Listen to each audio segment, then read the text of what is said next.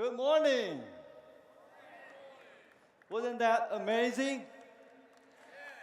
This is a very powerful EV. Behind the wheel is a driving legend in Taiwan. In Mandarin, we call him 车神, Mr. Chen He-Huang.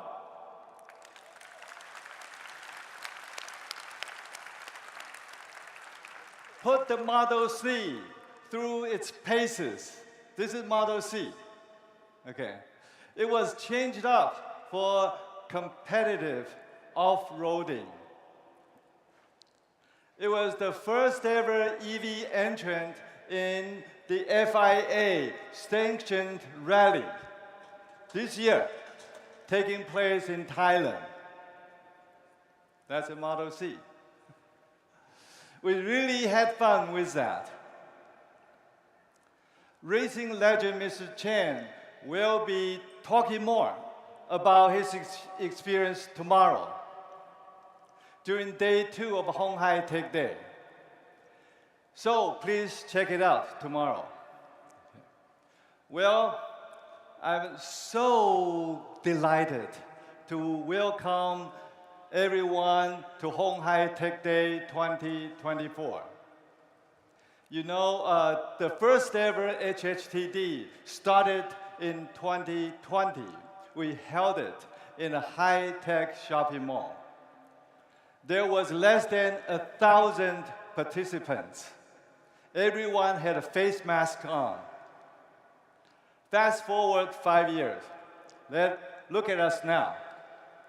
We have double the number of people here than we did last October. Over 2,000 registered to attend. This is a proper size exhibition hall for everything we are eager to show you. It is nearly double the space of last year. The number of exhibits and forums this year are another record for鴻海Tech Day. For the first time, we will open a day 2 to the general public. We want to share and inspire technology and Taiwan. This year, Foxconn is celebrating half a century. Today's achievements would not have happened without the solid foundation first laid out by this company's founder, Mr. Terry Gou. Now, what excites me the most is the amazing lineup of partners who will share the stage with our Foxconn colleagues in the next 2 days.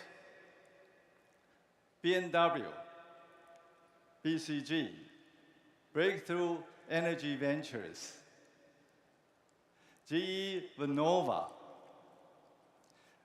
Intrinsic, NVIDIA, Our Next Energy, Pininfarina, Siemens, and Thales Alenia Space.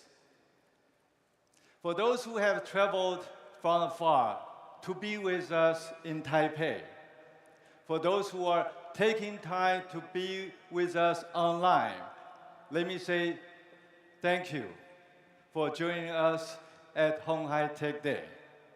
It is an honor for me to have you all with us. Artificial intelligence makes business sense. Whether you love it or fear it, AI is part of all of us now. Facial recognition, to turn on your smartphone, logging into your bank account.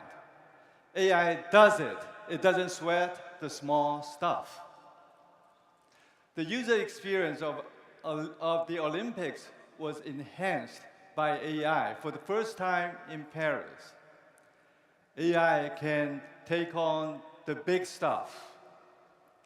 Foxconn is big. Our robust manufacturing excellence is being defined or redefined by AI. Emotional customers, dinner and noble among tech leaders, the anecdotes on AI demand are compelling. Let me tell you, our supply chain is ready.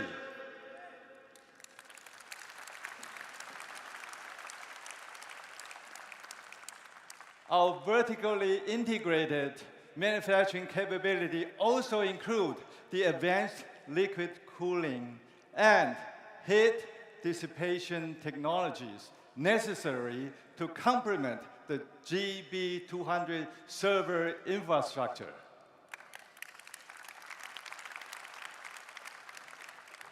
AI key components, AI key modules and boards, AI server and rack, high-performance switches, AI data center.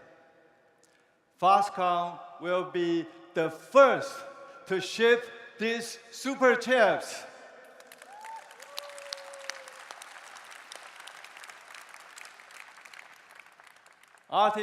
Artificial intelligence makes business sense. AI is embedded in automation. Automation is productivity. Our customers told us they want to see more automation. This is an almost one-fold increase in productivity when automation is deployed in our factories. Our automotive manufacturing facility, also in Kaohsiung, will be one of the group's benchmark AI factories. The site will utilize digital twin connected to cloud technologies. It will achieve collaboration between virtual and physical production lines. This AI revolution is not just happening for us in Taiwan. In the Americas and in Asia, across our facilities and in those being planned and those under construction. This year, Foxconn is celebrating half a century. This company, your most trusted and reliable partner, has grown from making connectors to systems to more complex core competencies. 3 intelligent platforms enabled by AI. We are a platform solutions provider. I hope you enjoy the conversations during the next 2 days. Thank you. Thank you, Chairman Liu, for making that magic happen from on-screen to in-person. Let's begin the next session this morning by welcoming to the stage Benjamin Ting, Foxconn Senior Vice President of the Cloud Enterprise Solutions Business Group, and Deepu Tella, Vice President for AI and Robotics at NVIDIA. Hello. Hello, everyone. Good morning, Deepu. Good morning, Ben. How are you?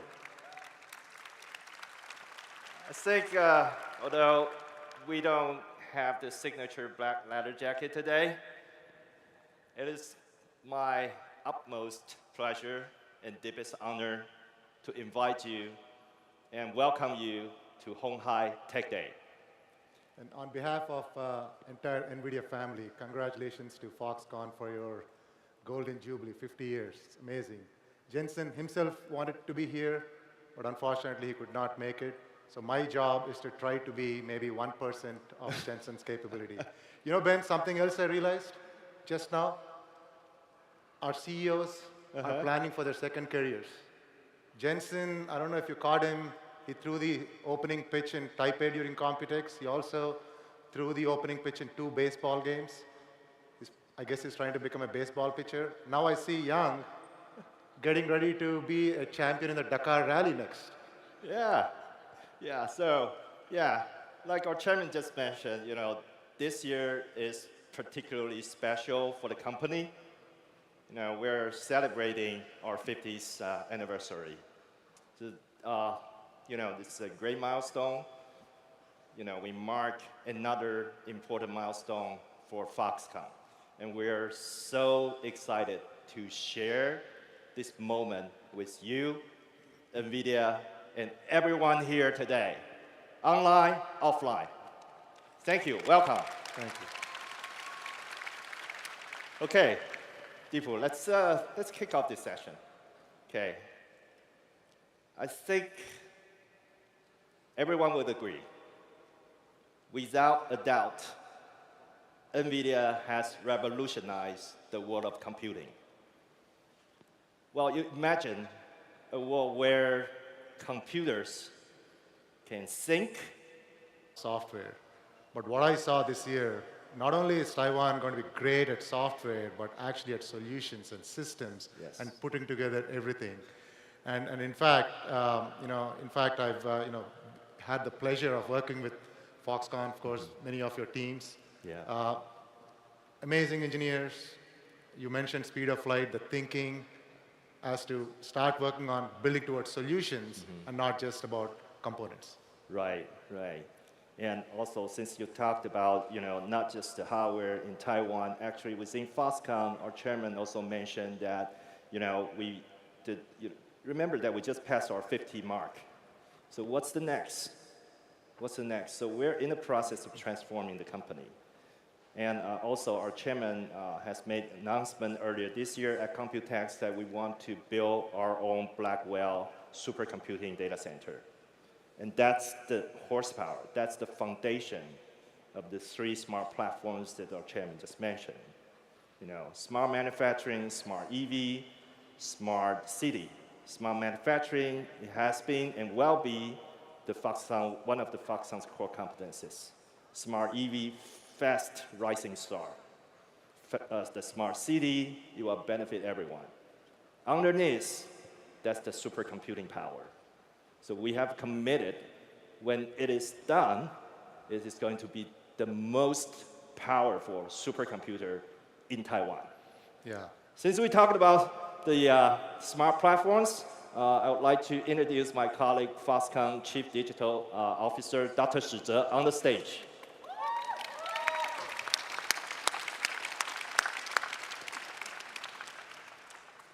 Hello, Ben. Yep. Morning, everyone. So excited to be here. That is amazing, tremendous computing power. And when we talk about smart manufacturing, we see, before that, I want to invite 3 guests coming to the stage to join the discussion. Let's welcome Wendy from Intrinsic, Anna Marie from Siemens, and Jeff from BCG. Hey, Dr. Shi Zhe, it all sounds great. I think I'll leave the stage to you all. Of course. Thank you. Thank you. Thank you. Thanks, Wendy. Thank you, Dr. Shi. Thank you, Jeff. Stand over here. Well, smart manufacturing.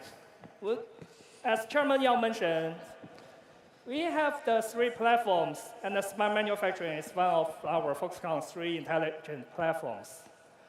The AI revolution is transforming our factories using supercomputing capabilities and generative AI. I think first time this year, on our鴻海Tech Day, we released our smart factory platform. 50 years of experience, 24 countries, and over 200 locations, and more than 1,000 of factories. We have a lot of data and the real-world cases. These are very valuable assets for our smart manufacturing platform. By fully unleashing the power of generative AI, I think we are in the journey to rebuild our factories to be smarter, faster, and greener. In short, I think Deepu, actually, we try very hard to use your AI factory to build our factory AI. Would you mind to share more about this? Thanks, Steve. So, as mentioned, NVIDIA, we are an accelerated computing platform company. We start with building chips, but now we build systems, including the data center scale racks. In fact, if you get a chance, I'm sure you will, you should look at the beautiful, beautiful rendering and also the build by Foxconn themselves, the DGX GB200 NVL72 rack that you'll see in the show floor. Now, beyond that, on top of that, we have built a bunch of software that is really what is required in order to accelerate all these applications, fundamentally focused on two technologies. One is AI, the other one is digital twins based on NVIDIA Omniverse. So when we combine the power of AI and digital twin, we can really bring AI from the digital world into the physical world. In fact, if you think about physical AI, it's robotics. Robotics is a three-computer problem. When you think about a robot, the first thing that comes to mind is a robot like ourselves, where the robot's doing the intelligence in its brain. That is the third computer. Of course, that's the important computer, because in the end, that's the destination. However, to bring that robot to life, we have to build and train that robot. And the answer is not to build it in the physical world, but to build it in the digital world first, because it's faster, safer, and cheaper. So the first two computers, one is the AI training computer, and the computer in the middle is where it's built on NVIDIA Omniverse, where we do all the testing. In fact, I believe that for every one physical robot brain, we will probably end up doing 1,000, if not 1,000,000 times more in simulation, because it's so much more easier. We don't want to take the risk of building a robot, testing it in the physical world first. It's not safe. So robotics is a three-computer problem, and at NVIDIA, we have been working on all the three computers and the associated software technologies on top of all these computers, whether it's for training AI, whether it's for running the simulations, or whether it's the runtime AI on the runtime computer. And in fact, if you look at some of the examples, Foxconn has adopted this technology very, very aggressively, very early, in a testament to showing how fast the Taiwan ecosystem is moving forward with investing in solutions and not just components. So you see there the number of things. In fact, the top right is very interesting. That is the Foxconn factory in Guadalajara, Mexico, that is building the GB200s. Somebody told me that was 400 meters long. The only thing that I've seen of 400 meters is an Olympic track, but that's circular. And Ben actually corrected me today morning, that's 450 meters long. Can you imagine how big that factory is? And it's going to be automated. It was built in simulation first. It has many, many robots inside it, from AMRs to robot arms. And those are all going to be built and tested in Omniverse first. So we're very proud to collaborate with Foxconn using both NVIDIA AI and NVIDIA Omniverse to build these large digital and physical factories. And in fact, you can see the type of applications. The only way to bring these type of systems to the real world is with partnerships. And very proud to be working with a lot of ecosystem partners, and you'll hear from two of them today. Intrinsic, leader, working inside Google, bringing the robotics environment, and then Siemens, of course, who's bigger in industrial automation than Siemens. So you'll hear from them next. So across all these three different technologies, we've been working with Foxconn. So with that, that's fantastic. Speaking of physical AI, Deepu mentioned, we are trying to build more AI models for our smart manufacturing. We think we are building a new world of manufacturing. Let's invite Wendy from Intrinsic to the stage to share us more about how she used the AI to transform the automation industry. Thanks, Wendy. Thank you.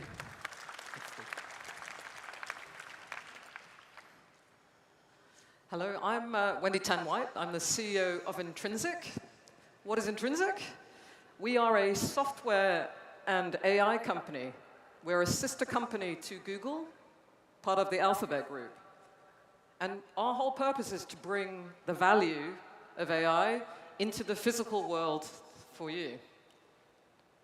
And we're building an AI-integrated platform for intelligent robotics. And our goal is to make it really practical and straightforward for developers and businesses to engage in robotics in an affordable and productive way. And to do that, we're building an AI-integrated platform for intelligent robotics and automation that is independent of hardware and devices. In fact, we interface with many different robot brands, for example. And with these AI-enabled skills and sensor-enabled data, we allow robots with automation to see, to feel, and to move. With digital twins, we can simulate the physical world, but we can also deploy into the real world in seconds. And this is going to enable you to customize your processes so you can create more adaptive and reusable automation solutions. Now, what I'm really excited about to share with you today on Foxconn's 50th birthday is we are announcing a very deep partnership with Foxconn, and we're super excited to be here today with you. And we have a shared vision with Foxconn for making the intelligent factory of the future a reality.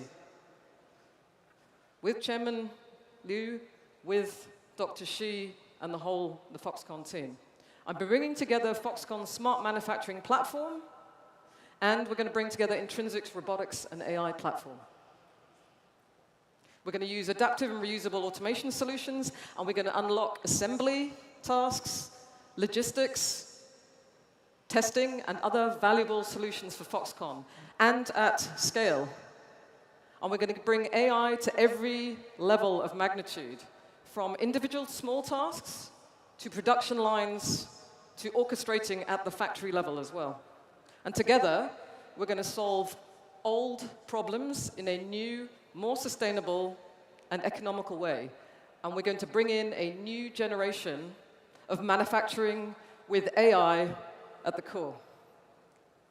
And we're really excited to be here today with our existing partners, NVIDIA. Deepu from NVIDIA is here, Anne-Marie from Siemens, and Jeff from BCG. And of course, our wonderful team from Intrinsic is here too. Thank you, guys. Foxconn is bringing together the best in the ecosystem. Now, what does this really mean for the broader electronics manufacturing industry? It means we're moving towards a flexible, intelligent factory. Imagine you're building a whole production line, and it can adapt to making smaller, mixed batches of products and whole workflows that can be reused and replicated again in other factories, whether they have a big or a small footprint. And we can do this globally. And these innovations will enable people to do things they could not do before with automation on the factory floor. You're going to be able to do seeing with AI, the ability for cameras and sensors to identify and see and understand objects in space. You'll be able to feel with AI, skills using force-guided sensors. You'll be able to move with AI, robotic motion planning, and the ability for robots to move automatically while avoiding collisions. Together, we are going to make the intelligent factory of the future a reality, and it's going to be incredible to see how AI will transform the manufacturing ecosystem with Foxconn leading the way. That is, Thank you. Thanks, Wendy. I think that is fantastic. Besides building the IJI with automation system, we are also building AI systems and the digital twins for our entire factory. Our partner today here is a global leader in both automation and the industrial software, Siemens. Let me bring Anne-Marie to the stage. Thanks, Anne-Marie. Need it. I don't need it.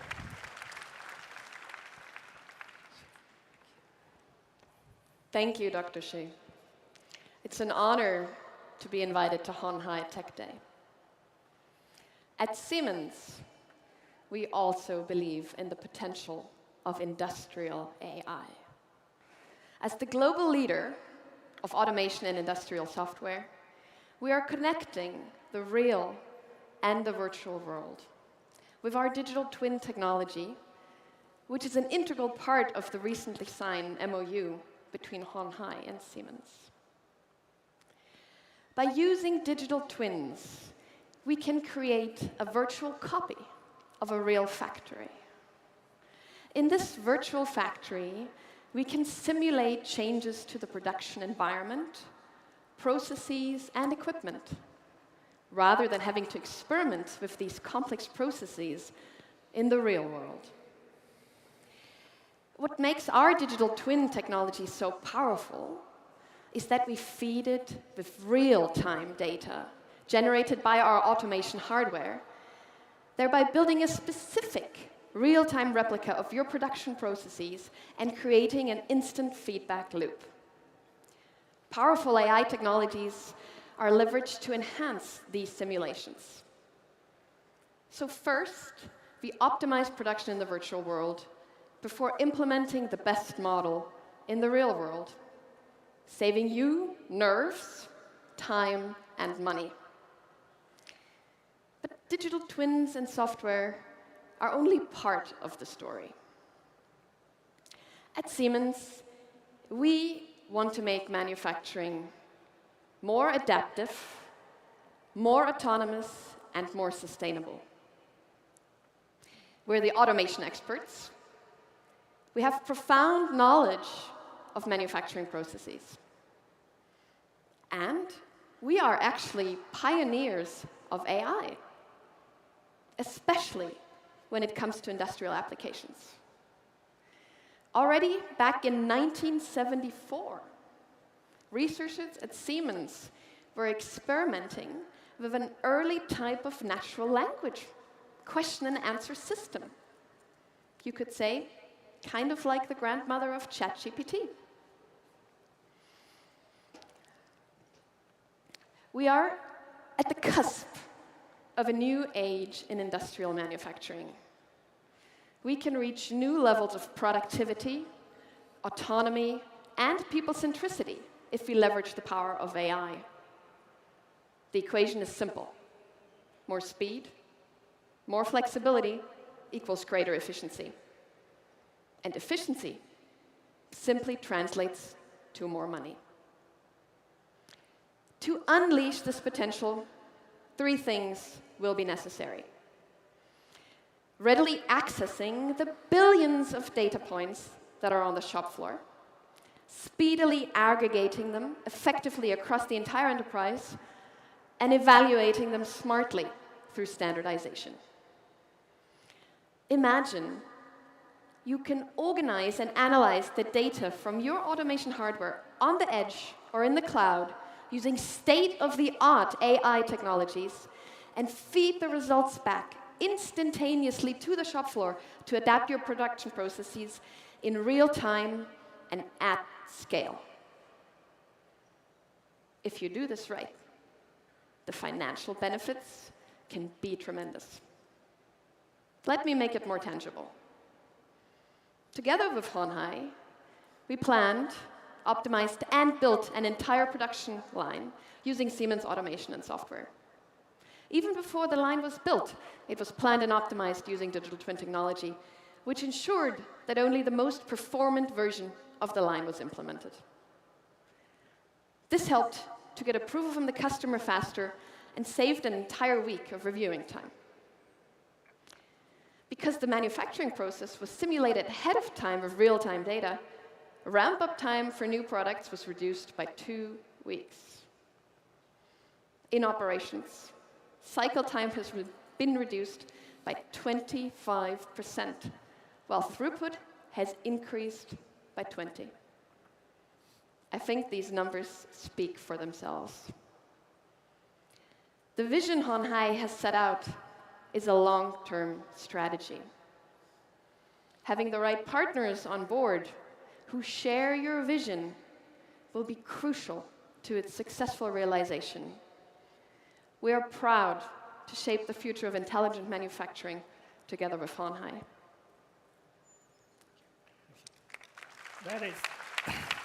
That is a very impressive achievement, Anne-Marie. Thank you. I cannot wait to see more generative AI in our manufacturing.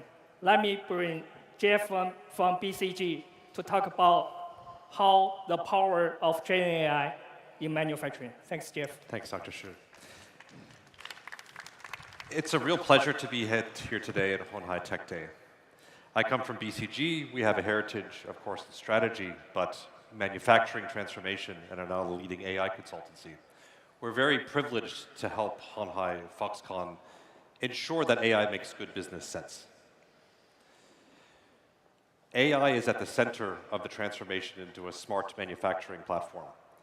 All the initiatives to incorporate the great technologies and partners that we're hearing about today, and you'll hear about this afternoon, are brought together in an initiative at Foxconn called Genesis. Genesis is about harnessing the power of AI and generative AI for manufacturing. Now, if we think about AI, what do you need to get real value? A few things are very important. Indeed, one needs great human expertise. One needs the right amount of compute. You need IT, OT architectures. But very critically, you need data to be differentiated. One of the great advantages that Foxconn has is arguably the world's leading and largest manufacturing data set, driven by the large footprint that we've been hearing about today. Now, those data, when combined with generative AI, but also machine learning, optimization, and other technologies, yield measurable impact in OEE, in throughput, in CapEx avoidance, and make good business sense. The factory of the future, as envisioned by Foxconn, is built upon three principles, which we call ASL. Autonomous, meaning data and algorithms together recommend interventions, recommend other settings, and things to be done on the factory floor to the still very important human operators. Scalable, meaning these are not use cases that are stuck in POC or pilot, but rather are deployed to the global footprint, and the global footprint actually benefits all the solutions as a whole. And learning, meaning when a problem or a defect is solved in one place, that information, that learning is then incorporated into algorithms that yield better performance going forward. So ASL is the set of principles upon which Genesis platform is being built. Let's make this real for a moment. If we think about injection molding, right? Really the one core bit of manufacturing process. Foxconn operates over 10,000 injection molding machines around the world today. Injection molding machines require a very skilled operator to dial in very precise settings, both at the point of new product introduction and to manage defects during mass production. What is being deployed now is systems that leverage machine learning, expert systems, all with generative AI interfaces to support those technicians with the right recommendations such that they don't have to waste their time on the easy problems and can focus their precious time solving the most difficult problems. We encourage you to visit the exhibition over here later this afternoon to go in more detail on this use case and many others as well too. Now, bringing this all together takes a village, requires 4 pillars, right? So 4 pillars are being built as part of Genesis. The first is what is colloquially being called the App Store, but is really the collection of value-adding and real impact use cases that matter, right, on the factory floor around the world. Second, and very importantly, is the IT-OT architecture. How are all of these data being linked all the way from automation, various machines, into compute to create these recommendations? Third, and very importantly, is tokenization. How are all these data being leveraged while also, very importantly, protecting customer proprietary information, but still supporting the learning systems? And last but not least, of course, the ecosystem, because it requires, I'd say, best-in-class and best-in-world technologies, capabilities, and processes to make this work, and hence incorporating all the things that we've heard from NVIDIA, Intrinsic, and Siemens today. Thank you very much. Thanks, Jeff. You know why Chairman gave the name Genesis? Because Genesis means the beginning, we are at the beginning of the new era of industrial evolution. Before we wrap up, I want to give you one more thing. This is how Genesis brings us to the future of manufacturing. Foxconn has pioneered large-scale manufacturing for over 50 years. With 205 factories across 20 countries and over 900,000 employees, Foxconn generates an unparalleled amount of data every second. Going forward, we will use AI to aggregate knowledge and empower our human technicians to achieve higher efficiency. We call this initiative Genesis. Our goal is to develop factories that are autonomous, scalable, and learning. We are poised to lead the charge alongside our partners to overcome obstacles and to set new standards. We invite you to see our progress and innovation firsthand in today's鴻海Tech Day. Thanks.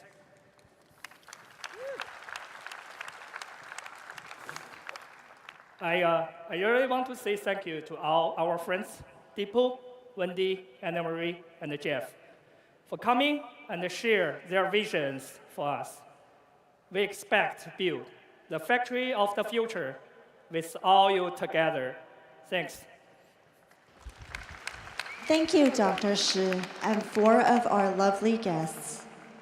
Let's now welcome Jesse Chow, Head of B5G Strategy at Foxconn, to the stage for a conversation relevant to Smart City.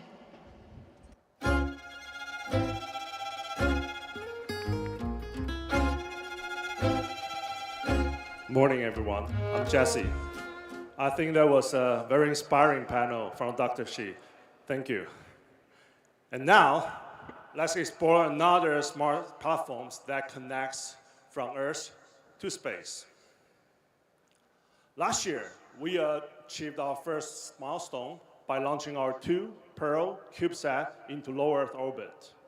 This year, we aim to further accelerate your imaginations as we look towards 2030. By 2030, the smart city will enter a whole new era enabled by the 6G network standards.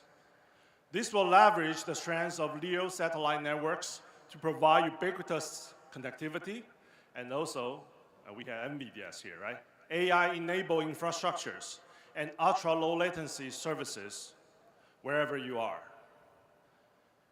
At Foxconn, we're expanding beyond making devices. We're building platforms that connect them globally. We're creating a network of satellites to link smart factories, cities, and soon, the smart AVs. To achieve that, Foxconn cannot do it alone. We need a strong partner. To tell you more, let's welcome one of my good friends from Thales Alenia Space, Didier Labouche. Hello. Very happy to be here. Yeah, thank you, Didier. Didier, thank you for coming all the way from France. Would you like to give us, our audience, a quick overview of what your company does? Yes, thank you, Jesse. So my company, Thales Alenia Space, is a joint venture between 2 big groups in Europe, specialized in electronics, in cybersecurity, in aeronautics, and defense. The groups are Thales on one side, headquartered in France, and Leonardo, headquartered in Italy. And what we do is simple. We do any kind of satellite systems. You can see here from low Earth orbit satellites, very close to the Earth, to medium orbit satellites like Galileo, the French or European GPS, and up to geostationary satellites and robots to explore the universe. So we work on the full range of activities for space, from observation, navigation, environmental monitoring, telecommunication. And we have been leading this activity since decades, which means that we are quoted as old space. It's just because we have a lot of experience. We have decennies of experience on how to build satellites for them to resist the very harsh environment in space. Because in space, you have a lot of difficulties to make them reliable for 15 years. like thermal, that is very different from what exists on the Earth. The launch is a very shocking period, very shaking for satellites. They need to resist. And in space, you also have no protection from the atmosphere about the radiations. So you need to resist all this quite nasty environment that the planets and the sun is sending to you.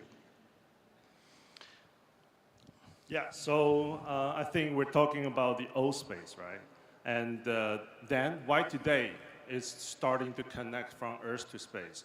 It's because the new space era is coming. So the first company that you might come to your mind for the new space, I think is SpaceX. We also thanks to them. Because of them, now the launching cost of each one rockets and of course the per satellites has dropped significantly. It's around 1/10 of the cost than before. What will happen then? It starts to create lots of demand where people start thinking about how to launch their own satellites into the space. So in the meantime, the supply compared to demand isn't quite there yet.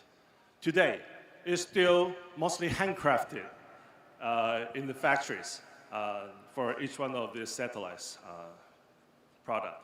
So Didier, how does Thales Alenia Space coping with these new space challenges, and what are you envisioning? It is true that since a few years in space, we see very, very fast changing market conditions. An unprecedented wave of change. Sometimes we even call that a tsunami. Because the service you can deliver from space are attracting newcomers and not small players, big players like Apple, like OneWeb, like Amazon, that are now interested by this quite funny environment of space because they just bring services and they can deliver nice services to the people. And when these kind of big companies are interested in this sector, this enables to fund much more massive projects. One order, sometimes two orders of magnitude bigger projects than in the past. And when you have much more capex to be invested, you can build much more satellites and you bring them close to the Earth in order to reduce latency, for instance, or to improve the observation. And this is changing the way to produce them because we need much more automation, much more industrialization. And this is where Foxconn is a great player. And this explains the strong motivation of Foxconn to explore what they can do in the field of space. So I think with Foxconn's strengths, then we could do a much faster and more affordable satellites for each one of these. So allow me to introduce this partnership because today Foxconn brings expertise in high-tech manufacturing. Thales Alenia Space masters these satellite technologies. Together, we build this strategic partnership and to build this smart platform that will span from the ground to the space. Didier, can you tell us a little bit about the new features that we are envisioning for this new space design? Sure. Yes. Traditionally, satellites were big boxes that providing the solar power generation, the propulsion and orbit control, with the payload, the useful part of the satellite being inside this box, only the antennas being outside of it. Today, in order, for instance, to connect smartphones, like this one, to satellites, or to connect electrical vehicles, because they need connectivity everywhere at any time, we need to reinvent the way to build those satellites. And the new satellites, as the one you see here, are in fact large antennas. It's like flying antennas, and all the platform subsystems are built around this antenna. This enables to stack the satellites, one above the others, to launch them by tens. They can weigh a few hundreds of kilograms up to 1 or 2 tons, depending on the power. And this is enabling really to connect almost anybody in the planet with a smartphone to the satellite network. So it's really amazing that you could stack up all these satellites, just like the server in the racks. And it's all for the sake to have one just big launch to shoot dozens, even hundreds of the satellites into the space. So in the coming years, we'll see more and more satellite constellations, both commercial and sovereignty-based. These satellites will function much alike like the telecom-based stations, but it's built in space. Sorry. So the connections between these constellations will form the new space internet, using familiar global roaming mechanisms provided by each one of your telecoms. So the connections between each one of these constellations that will start to form, we say, the new space internet. And this new space platform will provide seamless connectivity worldwide. So thank you, Didier, again, for sharing and bringing all this to us. All we need to do now is think big. And make it happen. And we do it together. Thank you. Thank you, everyone. Jesse and Didier. For the next session, Jerry Shao, Chief Product Officer of Foxconn, will moderate a panel of experts on clean energy and how it brings partnership together to innovate. Breakthrough Energy is an innovative initiative in clean energy and climate launched by Microsoft co-founder Bill Gates. GE Vernova, with roots from General Electric, seeks new energy that is good for the Earth as it continues its pathway that was laid down first by one of the world's original innovators, Thomas Edison. Our next energy is all in to be a household name in battery technology in the United States. BMW I Ventures hails from the well-known German automotive group BMW and is keen to look out for great potential in sustainability. Good morning, good morning. Welcome to鴻海Tech Day 2024. I see a lot of old friends and good friends and new friends. So I'm really excited about this section. And it is a conversation about clean energy. Sustainability is so critical to our success in Foxconn's 3+3 strategy for future growth. Foxconn has invested over $10 billion and achieved encouraging results through new partners and new technology. Today, we invite 4 of our key partners for this discussion. Achieve the net zero. We are building a team here and going to do great stuff, not only for next decade, next century, or not just next year. So we're working so hard together. This will be a lightning round of insights. I would like to ask each executive on the stage to share with our audience 3 insights. First, why you are here at鴻海Tech Day. The second, what is your connection to Foxconn? Lastly, what is the key takeaway in clean energy you want this audience to remember? Why don't we have Libby start, then you hand over to Roger, then Majid will follow. Finally, we have Marcus. Libby, floor is yours.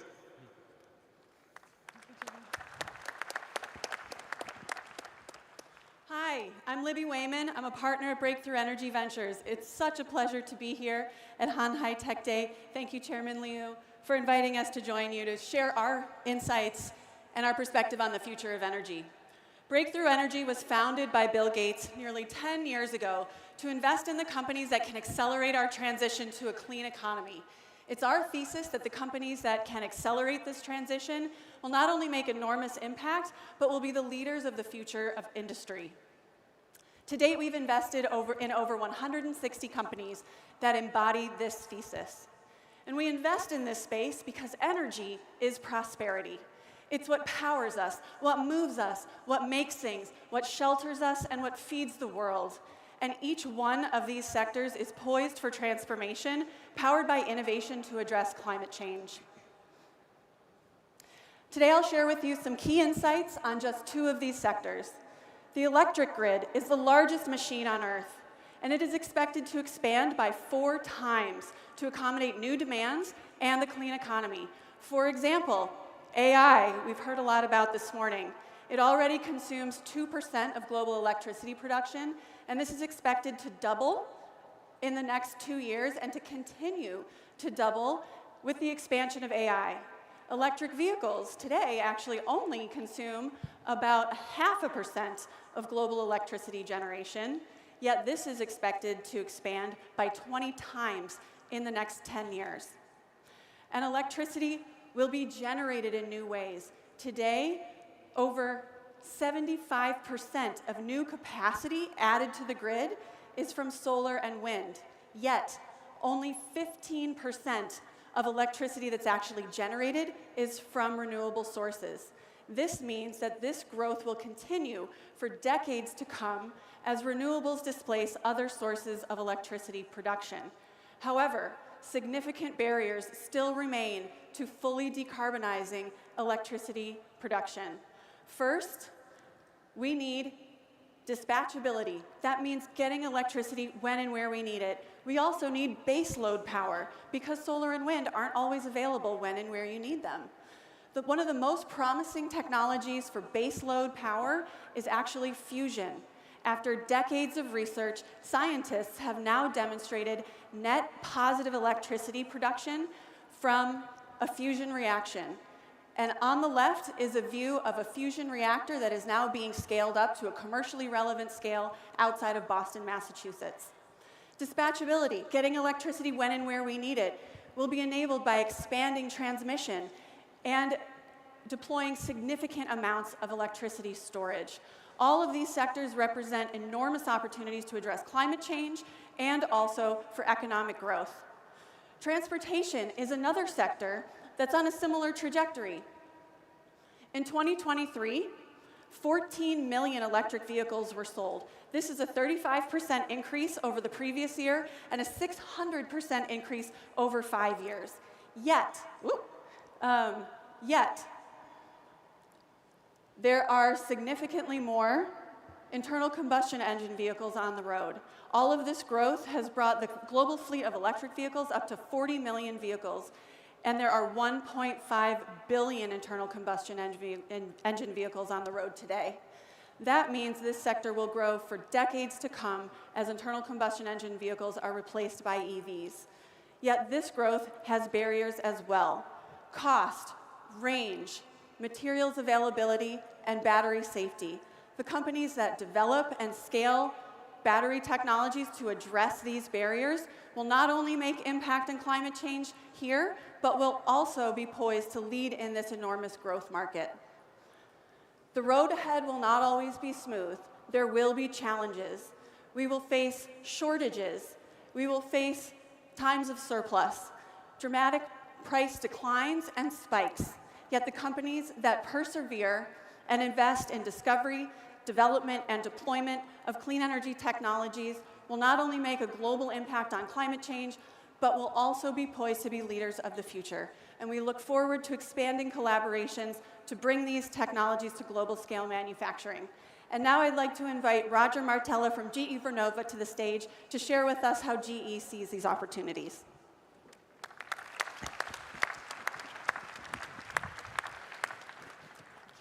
Libby, thank you. And Mr. Chairman, Jerry, thank you for the honor of including GE Vernova in Hanhai Tech Day. It's a privilege to be here. When Thomas Edison invented the light bulb and founded General Electric, he started the first electrification revolution. And in the 130 years since, the inventions he created, the companies he built, have lifted up the quality of life for billions of people around the planet. But today, we're at the beginning of a new revolution, a clean energy revolution. An energy revolution focused on electrifying the planet, decarbonizing the energy sector, and sustainable economic development for everyone. But this time, GE cannot do it alone. We're going to lead this clean energy revolution together with our partners, one of the most important of which globally is Foxconn. So it's an honor for us to be here. And with that, I would love to introduce our CEO, Scott Strazik, to share what GE Vernova is doing and how we're collaborating with Foxconn. So if we could please share Scott's video.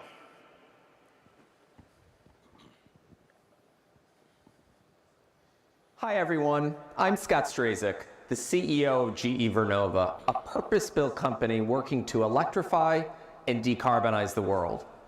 Thank you to Foxconn for the honor to participate in this year's Hanhai Tech Day. Your work across the globe is incredibly important, and it is an honor to talk with you today.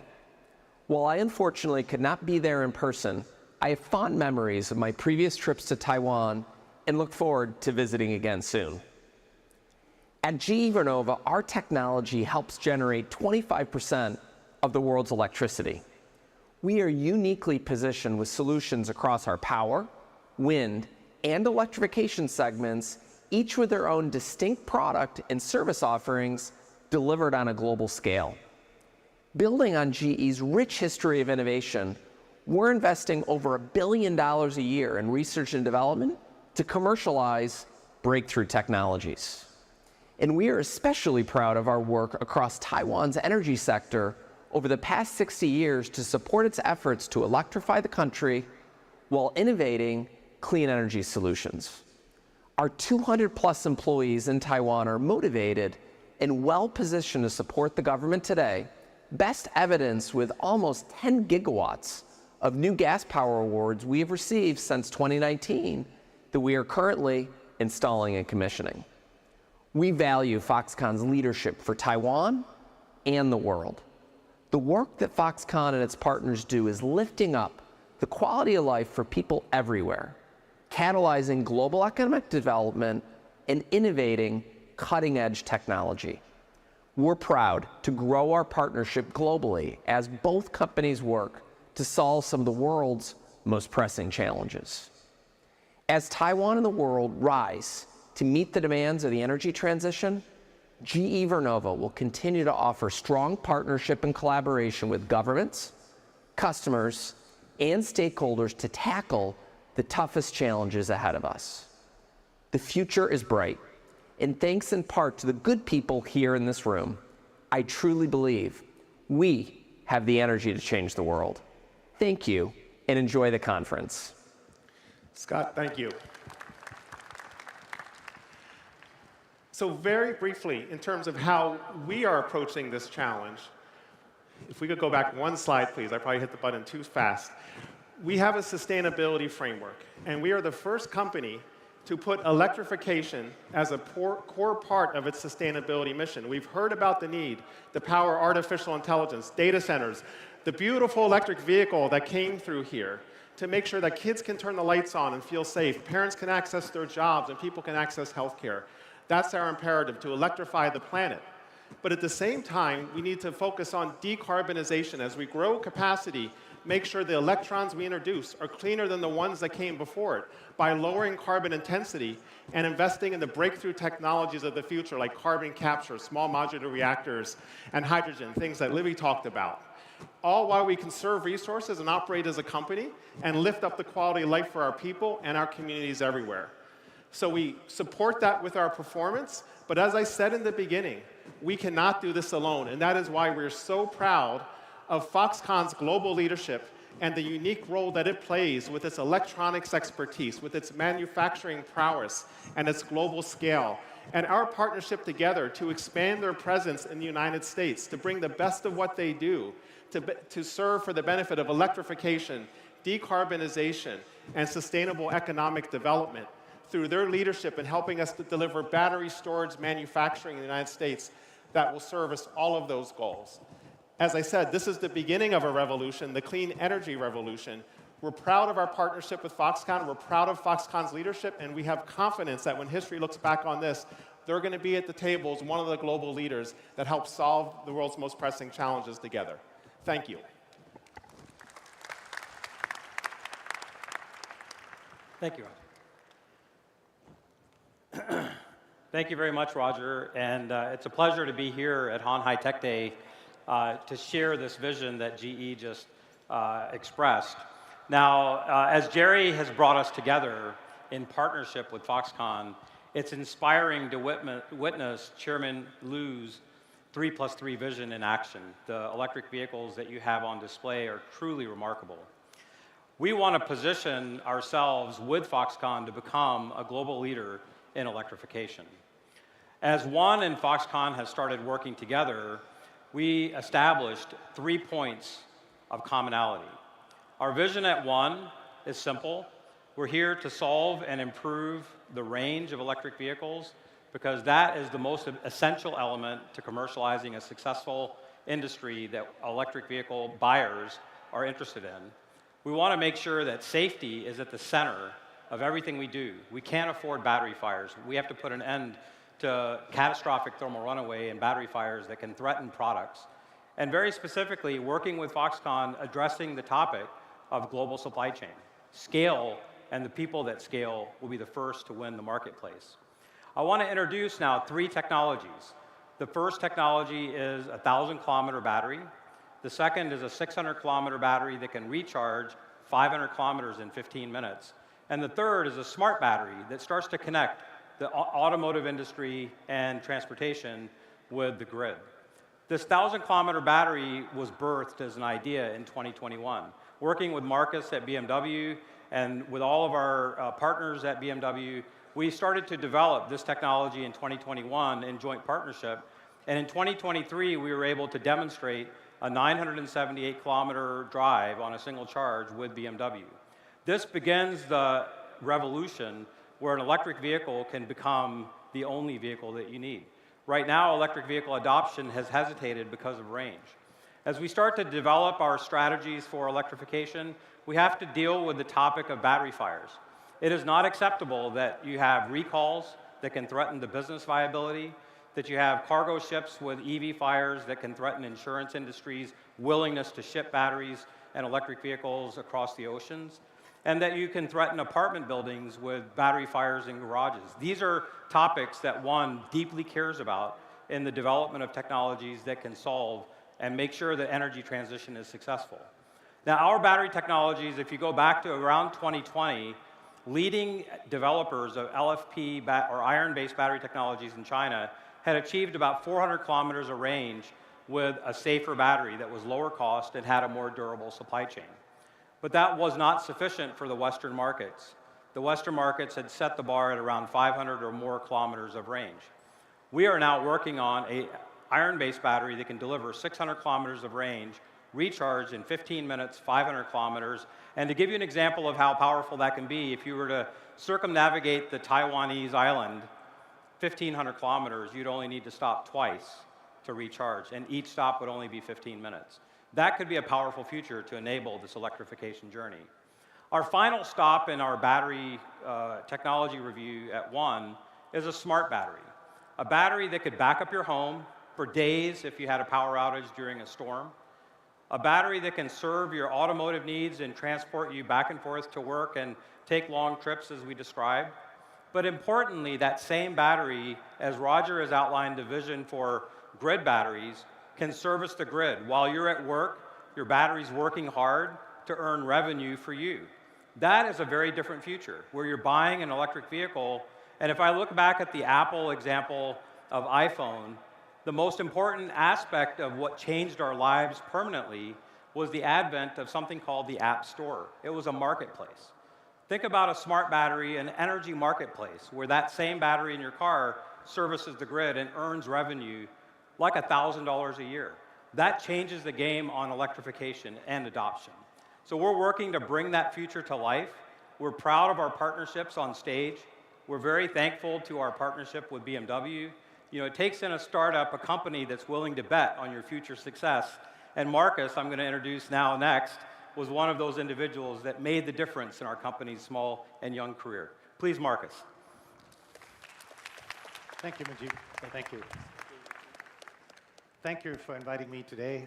It's an honor to speak here, and I think following Majid says it all. So I'm representing BMW Ventures, the corporate venture arm of BMW, and we are here to invest in new technologies, help decarbonize the planet, and bring BMW forward when it comes to new technology. So with this, we are invested in our next energy because, and you saw the collaboration, we believe that we need giant leaps forward in battery technology. And we are the instrument at BMW to foster this with money and also bring this forward. And in this matter, and now today here, I think it would also be great to have somebody like Foxconn joining our endeavors and our engagement there. But let's take a little step back. BMW's electric vehicle has a long history, right? So a little bit more than the 50 years ago that we're celebrating here today, there was the first electric vehicle at the Olympic Games in Munich leading the marathon race. So you don't have any fumes exiting the leading vehicle. You had an electric vehicle leading the marathon race. And you might remember the i8, the first hybrid sports car, and the i3 as a pinnacle of technology and electrification in the beginning.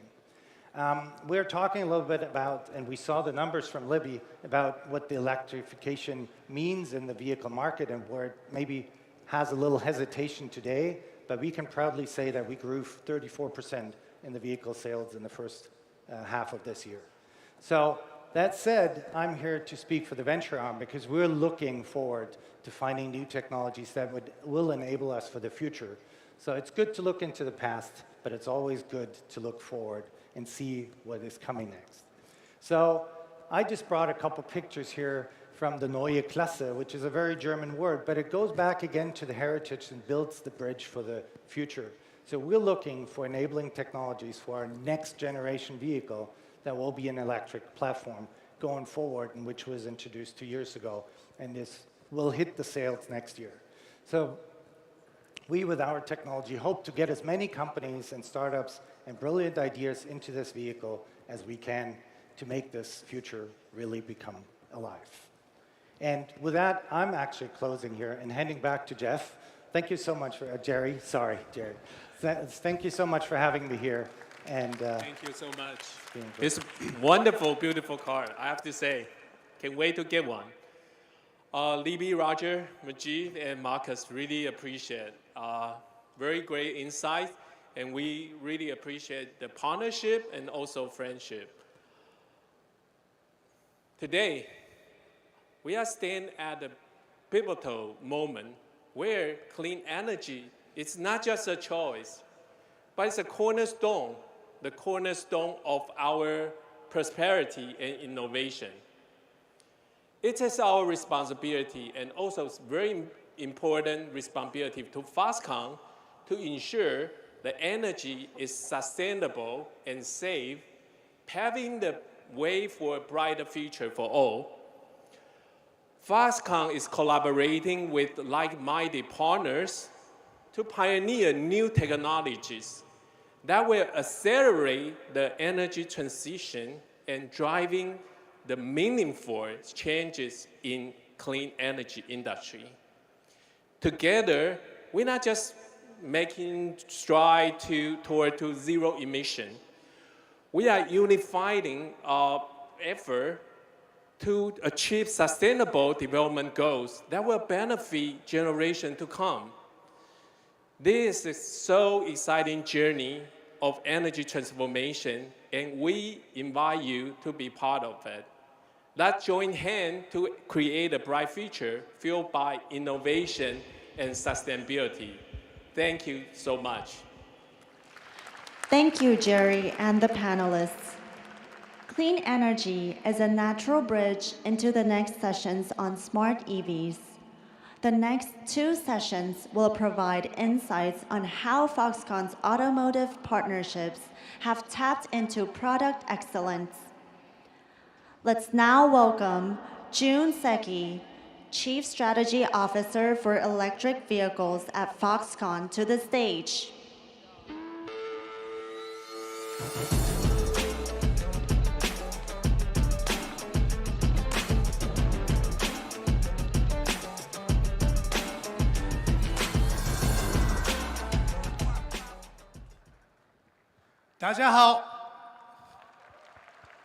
Guten Morgen, bonjour, and ohayo gozaimasu.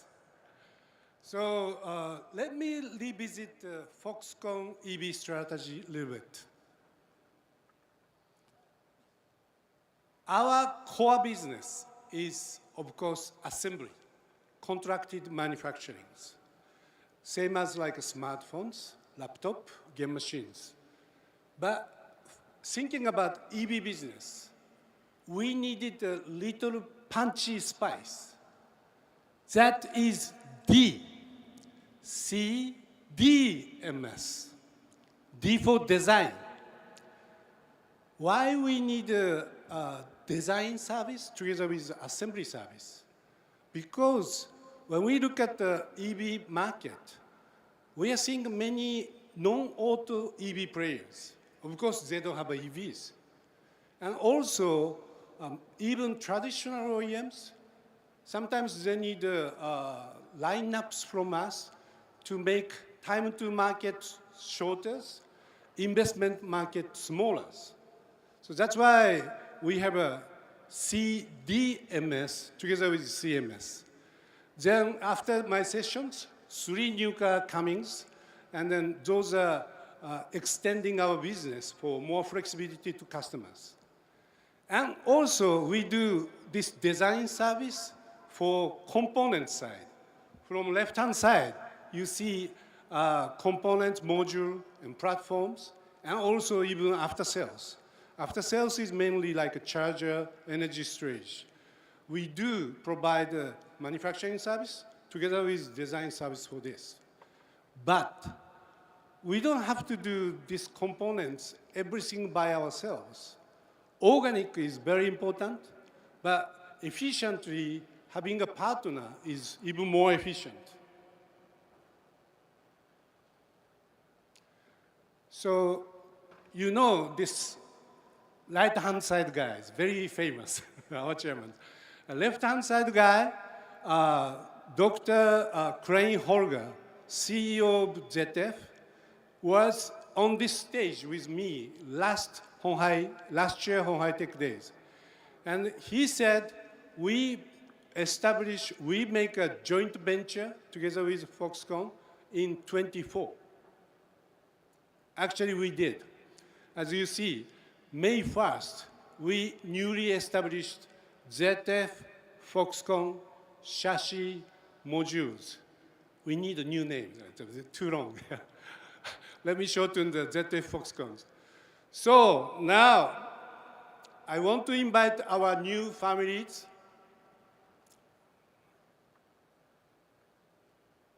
Sorry, it's moving, not moving. Yeah. Mr. Ekdorf, CEO of our new joint venture. Come on stage. Thank you.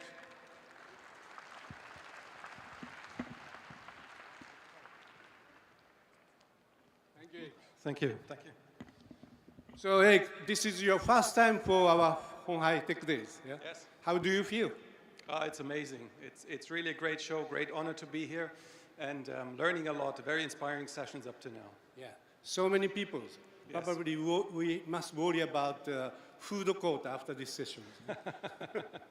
Okay, so first, can you provide the outline of our joint venture? Okay, our company, essentially everybody knows what Foxconn does for the mobile phones, right? So what we do for the automotive industry is exactly the same. We provide axle and chassis systems for the automotive players of the world, the premium manufacturers. You see the brands located here. We have about 3,500 people worldwide in 27 locations over 13 countries. And we really pride ourselves in the transformation of the electrification industry because it's a massively growing market as well. Okay, when we're talking about our components, today, many people talking about AIs, high technologies, digitalization, satellite.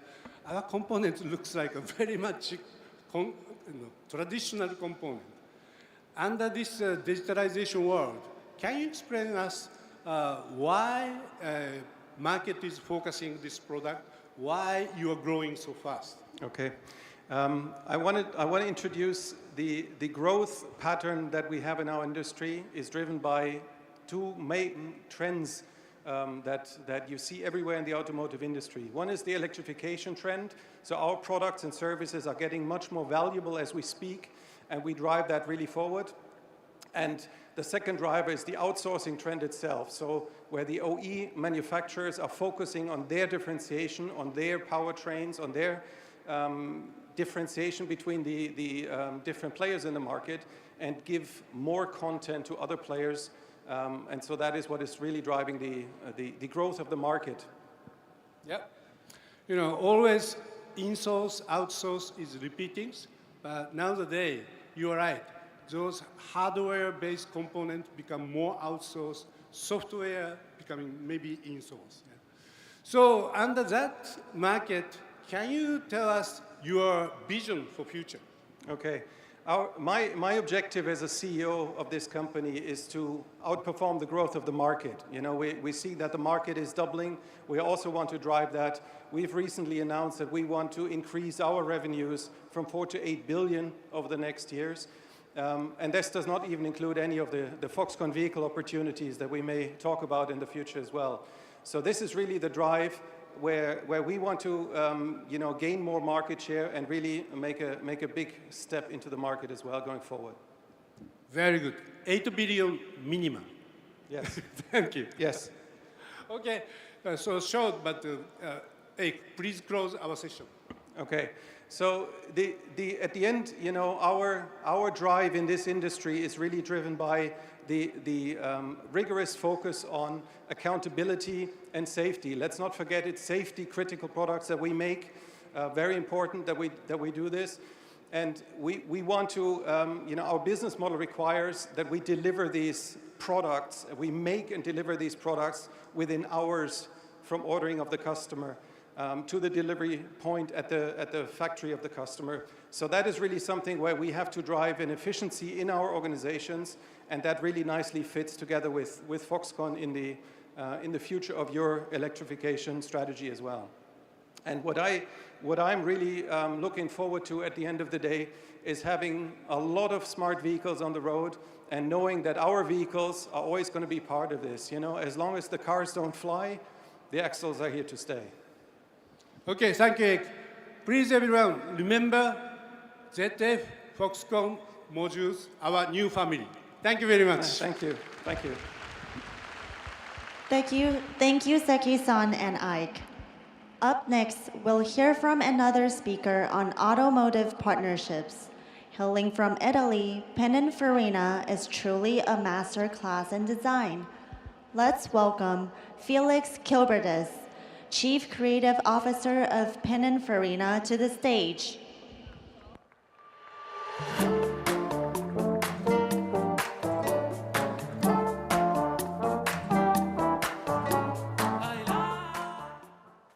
Good morning. Good morning, everybody. I'm excited to be here with you today at this incredible event.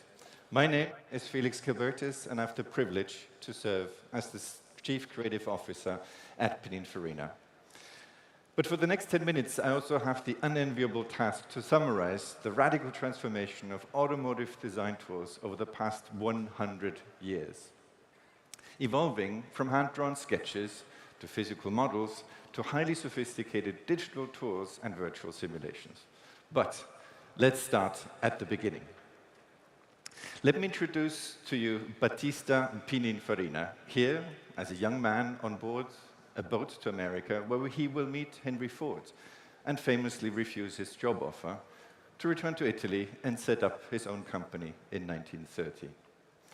The coachmaker and design house, which will celebrate its 95th year next year.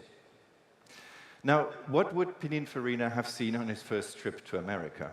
Probably something like these city scenes of Times Square in New York. We see a bustling city full of movement, color, and light. Quite a modern city, actually, and already illuminated at night. I think the author, William Gibson, said it best. The future is already here, it's just not evenly distributed.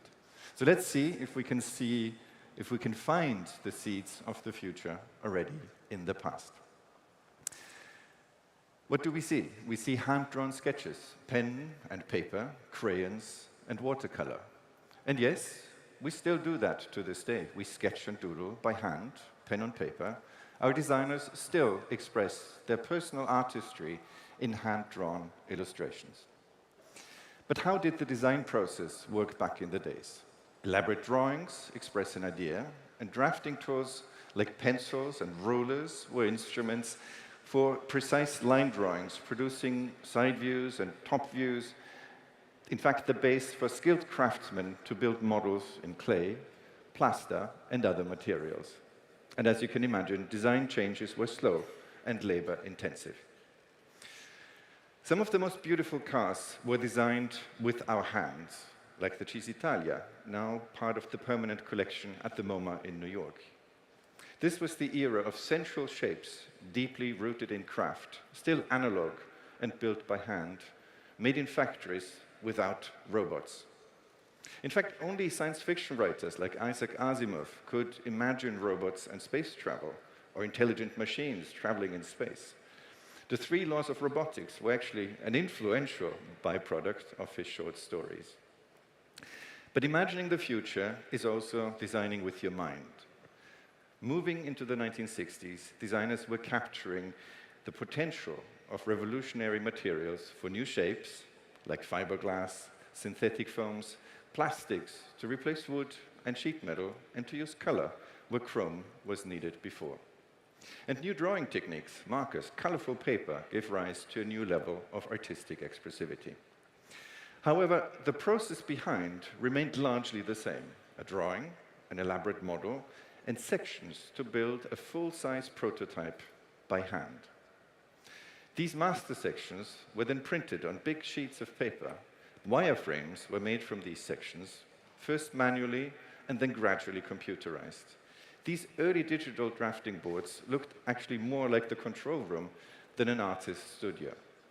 And this was perhaps not a coincidence, because similar technology was used by the Apollo program at the same time.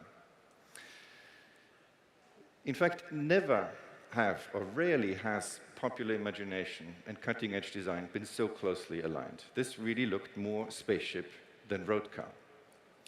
In fact, visionary filmmakers like Stanley Kubrick used the same aesthetic for 2001: A Space Odyssey, released, in fact, the year before the moon landing. And this film was most remarkable for the first believable depiction of artificial intelligence. Unfortunately, HAL 9000, the supercomputer in charge of navigation and mission control, proved somewhat hostile to human interests. George Lucas depicted an altogether friendlier AI in the shape of a helpful robot, a loyal wingman named R2-D2. And as a kid growing up in the 1980s, I was very impressed with KITT, a car that could not only drive itself, but also speak. Level 5 autonomous drive and voice control, actually complicated words that I learned much, much later. Now, all of this to say that while the vision was there, however, apart from smarter and maybe a more advanced look, cars of the 1980s still were far from intelligent. Also, the design process was still largely a manual business. Sketches, a side view, a model. However, more modern materials did influence new solutions, like the flush integrated lamps, for example, and so did aerodynamics.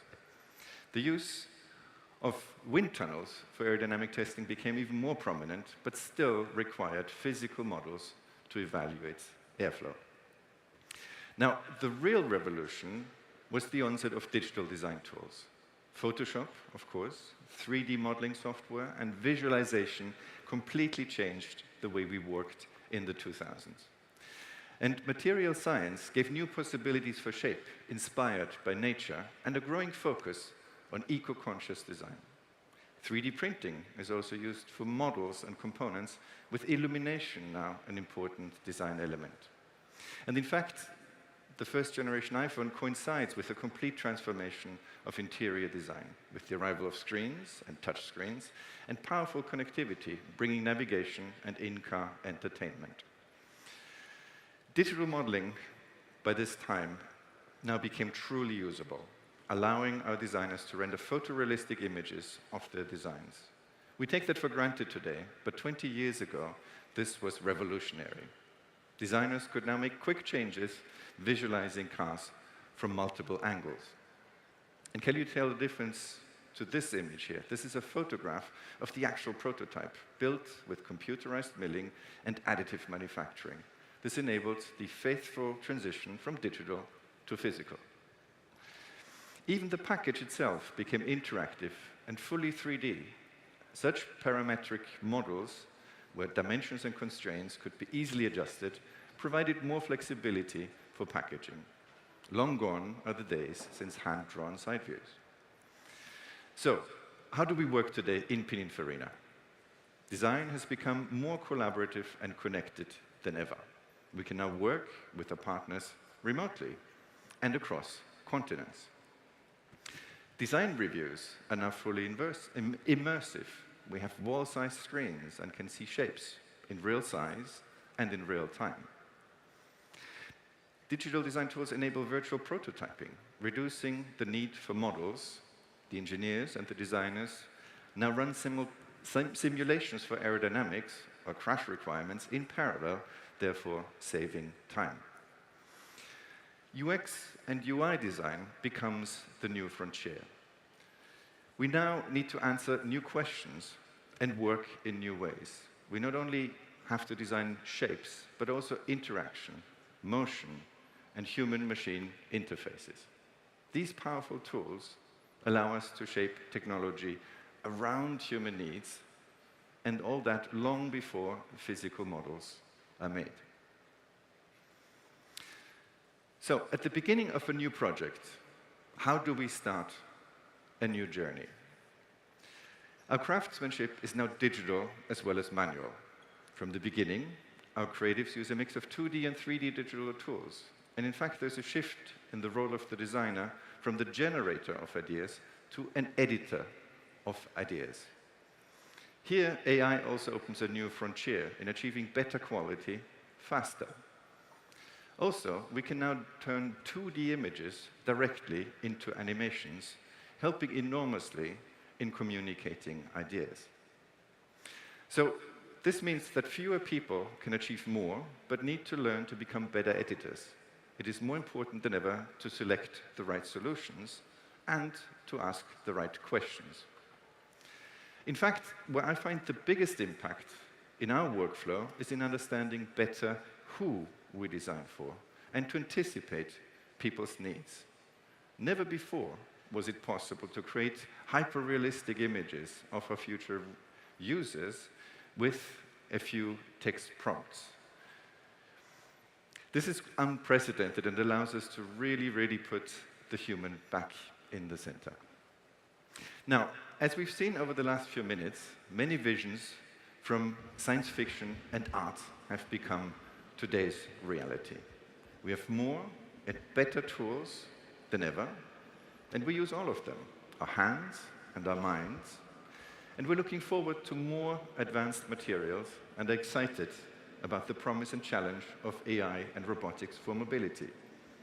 And as we keep our minds open and pay attention to a new generation of artists and visionaries for seeds of the future, we will remember to always put the human needs at the center of everything we design.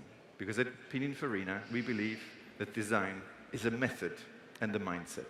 In fact, it is the instrument to humanize innovation. Thank you very much. Thank you, Felix. The next 3 speakers will now lead us through some exciting new developments in electric vehicles. Let us first welcome Andy Lee, CEO of Foxconn, to the stage.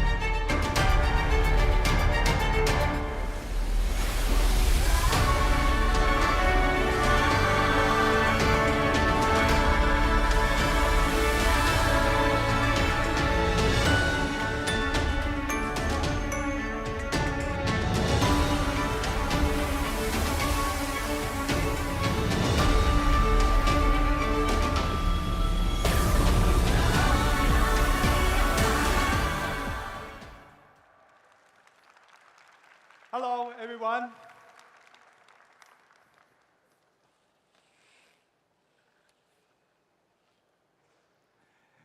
You must be wondering what this vehicle is all about.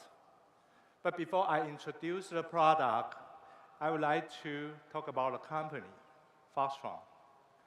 Foxconn was founded in November 2020. We are a subsidiary of Foxconn.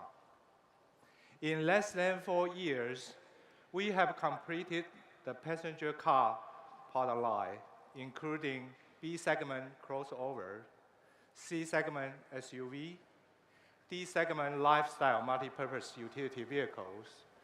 Thijs is going to tell you more about this in next session. And we had an E-segment sedan. In the e-bus product line, we have city bus Model T and minibus Model U, which Emma will share more with you later as well. These are the reference vehicles that we are providing to our partners for their customizations. Partners can choose their preferred reference design to customize their car. That's what we call CDMS. Under the modular platform, we are able to combine the hardware module flexibly. With the software-defined EE architecture, we have the capability to update all the major controllers in our car, achieving configurable hardware through software update. And this allows us to continuously improve user experience during the ownership. Additionally, this capability can also be used for vehicle production. Through the centralized controller, we can detect and confirm that each installed controller is properly assembled and functioning correctly. Let's talk about Model C. In Q1 of this year, Model C was launched in Taiwan. The market response was very good, and it quickly has become one of the best-selling electric cars in Taiwan.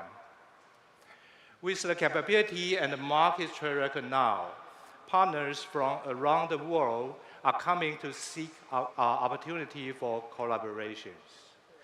Today, I'm excited to introduce our first Model C variant for US market. This is the car we have worked on with our partner from the United States. It is tailored for US market. Maintaining the original size and interior space of the Model C, we have enlarged the very cool S-Start to reduce the wind drag at the front. Additionally, we have optimized the side mirror to further enhance aerodynamic efficiency. With the new design, it gives us a more streamlined and harmonious styling. On the headlines, we have incorporated adaptive driving beam technologies that provides comprehensive illumination in various weather and road conditions. At the charging interface, we have also adopted NACS standard. This aligns the vehicle with the best charging network support in US. In the design for the interiors, we have increased the use of soft touch materials and utilized ambient lighting to create a package suitable for the US market. The new steering wheel design incorporates rollers and physical buttons to make it more intuitive to use. On the central display, we have adopted an independent floating design. This allows us to have a larger and more convenient space in the front cabin. That should always give you a delightful drive. In the user interface, we collaborated with the team in the US to design a UI that meets the needs of the market. I would like to talk some more about this UI. Because the digital experience in the vehicles are very different from other devices, we explore countless concepts and approaches, all leading to the desire for a clear and simple interface. In addition to the digital changes, we introduced physical button which communicates feedback to the driver more precisely, improving safety with the flexibility of touchscreen functions. The Model C, designed together with our American partners, specifically for the US market, we are launching at the end of 2025. Stay tuned. Thank you. Thank you, Andy. Now, the moment for the first of two EV big reveals.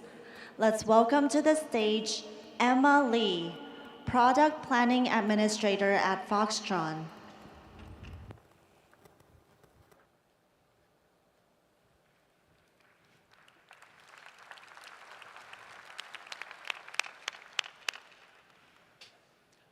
Remember this moment. You are at the premiere of a new EV by the Foxconn family. Before I tell you about it, I need to take you back to show you how we got here. It was 3 years ago at鴻海Tech Day 2021 when the Model T made its own world debut. It's revolutionized public perceptions of what transportations can be, with its clean and minimalistic appearance. It realized the design concept of reflecting the beauty of a city back to its people with its large windows. Since then, the Model T has become a celebrity. It is popular and iconic and in service across more than 10 cities in Taiwan. It carries thousands of people every day, safely and with 0 emissions. It won a Good Design Award from Japan. It has been used in Indonesia for G20 meetings in Bali. Like all of our passenger vehicles, we care about the user experience of our electric buses. And the interesting part about the buses, there is the driver, there are the passengers, and also the fleet management companies. We need to take care of and consider all of their needs. That means exceptionally comfortable ride, good NVH, advanced safety systems, smooth power delivery, outstanding energy efficiency, and a spacious cabin. The expectations are high for a fantastic bus. We achieved that with our Model T. But how about those narrow urban alleys, remote areas, and country roads?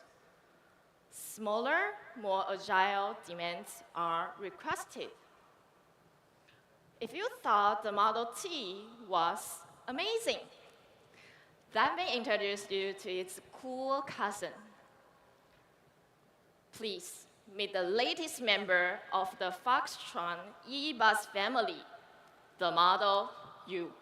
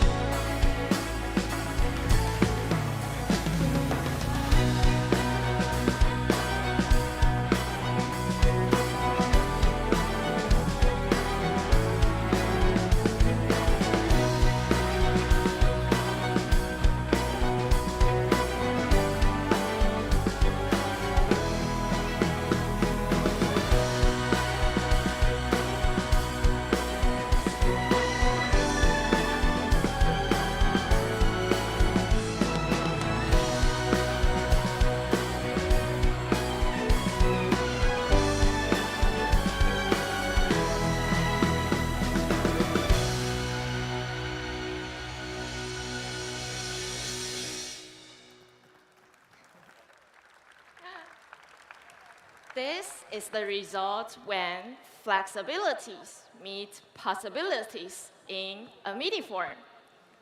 The concept of the Model U is to provide a configurable mobile space. Its dimensions are 6,990 millimeters in length, 2,080 millimeters in width, and 2,650 millimeters in height. It has a wheelbase of 3,995 millimeters. The cabin is spacious and the floor is almost completely flat. That can be customized with different seating configurations and cabin functionalities. This offers an endless amount of possibilities to meet various needs. The control systems is taken straight from our passenger car projects, our centralized EE architecture, enhancing the operational efficiency of our EV business and improve the overall performance and bandwidth of our products. This integration allowed us seamlessly adopt the features such as keyless entry, camera monitor systems, and ADAS systems to the Model U. It provides the driver with greater visibility, safety, and comfort for a pleasant driving experience. The daily average range requirements of a minibus as a public transportation is approximately 200 kilometers in Taiwan. Most electric minibus offers a range of 120 to 160 kilometers. That is not enough for the market and not enough for the operating companies to manage and run their business well with efficiencies. This is the challenge that the e-bus team at Foxconn is trying to address with the Model U. In order to achieve an outstanding energy consumption while maintaining the load capacity and safety requirements, we gave it a new aluminum frame and optimized the chassis structures that reduced the weight about 626 kilograms. You know, it was to a fat polar bear. Oh, but don't worry, no bear were harmed. Then we studied the management of the cabin temperature and apply our latest thermal control systems so it runs more efficiently and maintains a constant temperature better. Last, we work with our aerodynamic team to create a low-drag body shape. With all that, the Model U offers a maximum range of 275 kilometers and can meet different operational needs through various battery options. Today, we have a luxury version of the Model U for you. The design carries onward the design language of the Model T. Remember the big one? Featuring a lean back front end with smooth curves around the edges, while the rear of the vehicles remains an angular design that houses the dual opening tailgates. Its minimalistic line connecting the front and the rear defines the distinctive appearance of the Model U. Okay, let's get in the car and take a look at the interior.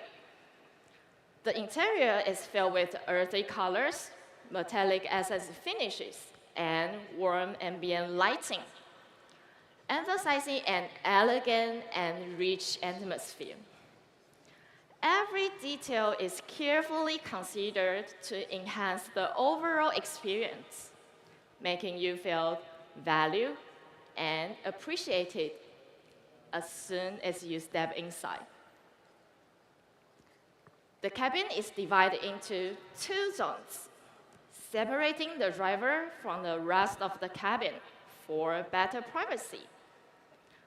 The VIP lounge sections features a normal seating area equipped with 4 individual ottoman seats, and an area dedicated for face-to-face interactions and communications. This environment offers a comfortable space for passengers to socialize and relax while traveling to their destinations. How about an Italian espresso or bubble milk tea? Would you like it? Well, at least I love it. A minibar and a coffee machine is at your service in the Model U. For the driver, a 15.6-inch touchscreen and 12.3 digital meters are there to easily monitor vehicle information and adjust its settings, supporting the driver to provide a comfortable and safe ride. Based on our customized software and modular platform design abilities, if you can imagine it, the Model U can realize it. A VIP shuttle or a mobile office? Not a problem. By removing the interior elements and the changing seating arrangement, we then turn it into a 21-seater bus for daily transportation. How about a wellness cape for the A in your DEIA needs? Diversity, equality, inclusion, and accessibility. The Model U can be easy mobility for those who are not so mobile. Maybe you just want an RV that reflects your personality and lifestyle? You bet. This EV offers an universal mobile space solutions. Model U, just for you. The Model U marks the beginning of our journey into versatile mobile space applications. Stylish, intelligent, limitless possibility. Remember this moment. Thank you. Thank you, Emma. Now, the moment for the second of 2 EV, big reveals. Let's welcome Thijs Chu, Principal Project Manager at Foxconn.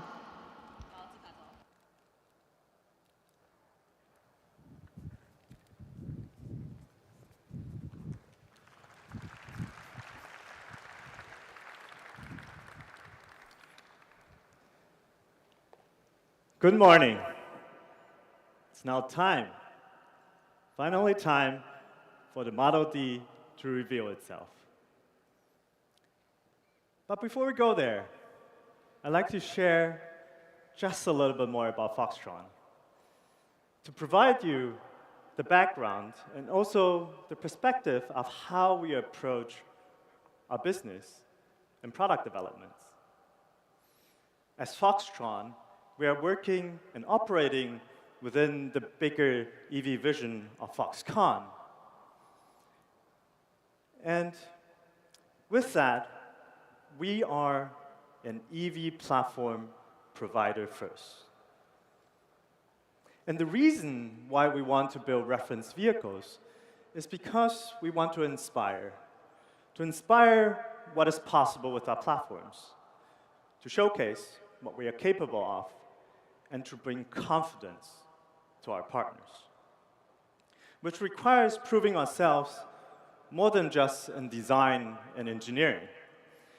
It extends into having robust peripheral functions such as marketing, supplier management, logistics, IT systems, after-sales support, and I can go on and on and on. But regardless of the requirements, the mission for Foxconn is very, very clear. We are here to provide EV solutions and to help the adaptation of EV cars. So, with this year's reference vehicle, it marks the 4th passenger vehicle that we are working on. And with every year, we accumulate findings and lessons learned that we apply to current projects to improve ourselves. That is especially true for this year, because the Model D is utilizing our next generation platform that takes the products to the next level. With a new platform, it comes with better specifications and new technologies, of course. But it really is the user experience that we care about the most, where we spend a tremendous amount of time filtering out the most meaningful contents for the vehicle and to figure out how to design the human-machine interaction. So, what do we care about a D-segment vehicle? That is, honestly speaking, a difficult question to answer, because a D-segment vehicle has so many different purposes, so many different meanings to so many different people. But for us, we believe to be able to move in comfort, having enough space to handle your dailies, to feel safe and at ease when you're traveling, and on top of that, to become the gateway to unforgettable memories, sounds like a very good combination to us. So ladies and gentlemen, please welcome the Model D. From life's first spark, new worlds ignite. The world moves unseen, in silence serene. In every step, a chance to learn. Beyond the limits of space and time. We lead the way, guiding each new day.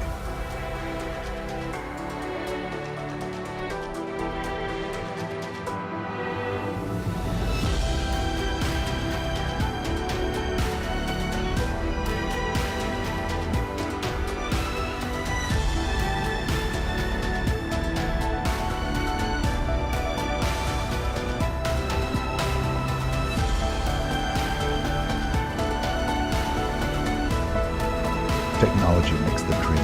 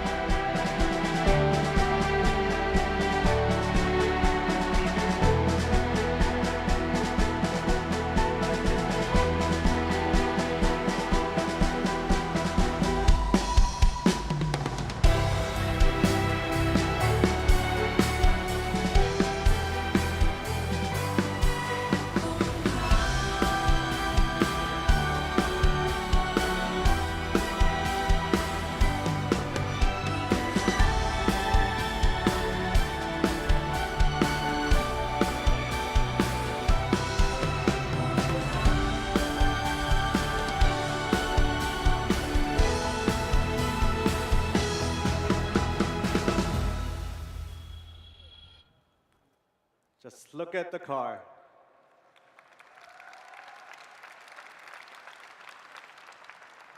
All right, let's start with the obvious.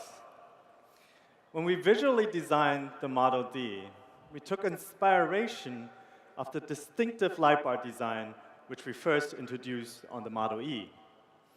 This light bar design provides a very clean run-through of the vehicle, emphasizing the visual width of the car at the front and also at the rear. Dimensionally, it is 5195 millimeters in length, 1995 millimeters in width, and 1785 millimeters in height, paired with a wheelbase of 3200 millimeters. This package allowed us to provide a critical battery size for the range and offer a very spacious interior. However, we did not want to sacrifice the nimbleness of the vehicle. So by using the rear steering system that comes with the new platform, we shortened the turning radius to 5.5 meters. And that is amazing, because a 5.5 meters turning radius is about the same as what a B segment EV vehicle is doing right now, and that is 2 segments smaller than the Model D. For aerodynamic reasons, we maintained the S-duct design and also the air curtain designs that are on the sides at the front, and paired that with a slightly sloped roofline, which helped us to reduce the frontal area and control the turbulence that is coming out of the vehicle, which also affects the wind noise, by the way, and bringing the drag coefficient of this vehicle down to a very low 0.23. This drag coefficient is not just achieved by the shape of the vehicle alone, though. It is aided by the active suspension that we implemented to the new platform. That lowers the vehicle by about 15 to 25 millimeters when we are traveling at higher speeds. So, with all the bells and whistles that the vehicle comes with, we are estimating a range of 800 kilometers on a single charge. But the range, like I said in the beginning, is not the most important thing here. It is the user experience. And that is to provide the luxury not to worry about the range and make it easy, really, really easy and comfortable for everyday use. So the total range of the vehicle is only part of the story. Another part is the charging speed. Benefited by the 800-volt powertrain system that comes with the new platform, the charging time is now significantly faster, meaning 350 kilometers in just 10 minutes. 10 minutes of charging. And that is the distance from Taipei to Kaohsiung, which is on the other side of Taiwan, in just 10 minutes. And then there's another element that is related to this. And that is, when you're driving a vehicle like this, you never want it to feel underpowered, right? Especially when you're merging onto a highway. So the Model D will come with 250 kilowatt rear-wheel drive as standard, and 440 kilowatt all-wheel drive for those that need the pulling power. We'll have some fun. Before we move to the inside of the vehicle, I'd like to take your attention to the cameras that are on this car. These cameras belong to the latest ADAS system that we are developing that assists the driver moving from point A to point B under supervised condition, NOA, navigate on autopilot, as we call it, making long journeys, especially long journeys, so much more relaxing and enjoyable to drive. Or sometimes we can say to be driven in, depending on your definition. So, as the door opens and getting ready for us to step inside, the vehicle drops to its minimum height again, which is another function that is related to our active suspension. Once you're inside the vehicle, you'll quickly realize that we developed a whole new user interface. This UI, crucially, includes the new connected app control function, meaning the possibility to pair personal devices to the vehicle and interact with it through those. It's a little bit like bringing your own tech to the vehicle, and that is especially useful for the people sitting in the rear. That, of course, includes functions such as digital keys, stored vehicle settings, preferences, music control, AC control, seats adjustment, seats ventilation, navigation. I could go on and on and on. The list is very long. But the list doesn't stop here, and it probably won't never stop, because new functions can always be added on later through the OTA service that is available with this platform. And all this is made possible because of the synchronization between our UI, centralized EA architecture, and the platform. And again, it's all about building up to the user experience that we like to offer. Last, but not least of this vehicle, are the seats. The Model D will come with different seats later and different configurations. But these luxurious second-row seats are part of our 33-speaker sound package, allowing for a very relaxed riding position. With the legs up and the backrest all the way down, it makes you feel that you're almost floating with zero gravity. And that is something we call traveling in comfort and style. As for the third row, we understand that there are times where you need the cargo space, more than the 7 seats. So they can be folded away, creating a full capacity of 1,130 liters, like you see here. And that is the Model D, for now. With the developments it will still go through, we urge ourselves to make it a product that is as much as possible focused on the user. Because the Model D stands for a dedication of the entire Foxconn family to excellence. And with that, I thank you all for listening today. Thank you, Thijs, and all of our morning speakers. Let us now invite back to the stage Foxconn Chairman Young Liu to wrap up the morning session.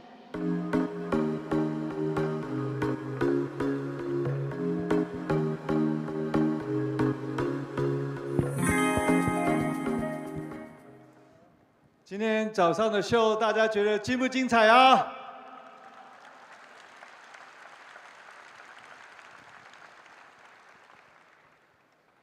I think for the closing remark, I'm going to speak in Mandarin. 2个小时的开幕活动哈，我们介绍了鸿海在从 AI 的 server 到智慧制造，到智慧城市，以及智慧 EV 上的一个最新的成果啊。在开场的 AI 的对谈中呢，我们 分享了鸿海和 NVIDIA 如何在携手来推动 AI 技术的进步上，加速了下一次的这个工业的革命啊。我们大家都知道，鸿海有很强的制造能力。刚刚我也为大家说明了我们如何运用 AI 以及伙伴的解决方案， 来落实了我们的智慧制造，在智慧这个城市的部分呢，我们也透过了跟顶尖企业虽然大家不是那么熟悉 Thales 是非常是一个 leading 在 space technology 上面的一个 leading 的公司，透过跟这个 Thales 的合作我们将进军太空产业，我们来一起打造一个更快速、更全面的下一个世代的通讯网络。另外，在智慧电动车的领域，大家都看到了，我们推出了2款全新的电动车型 ，Model D 跟 Model U。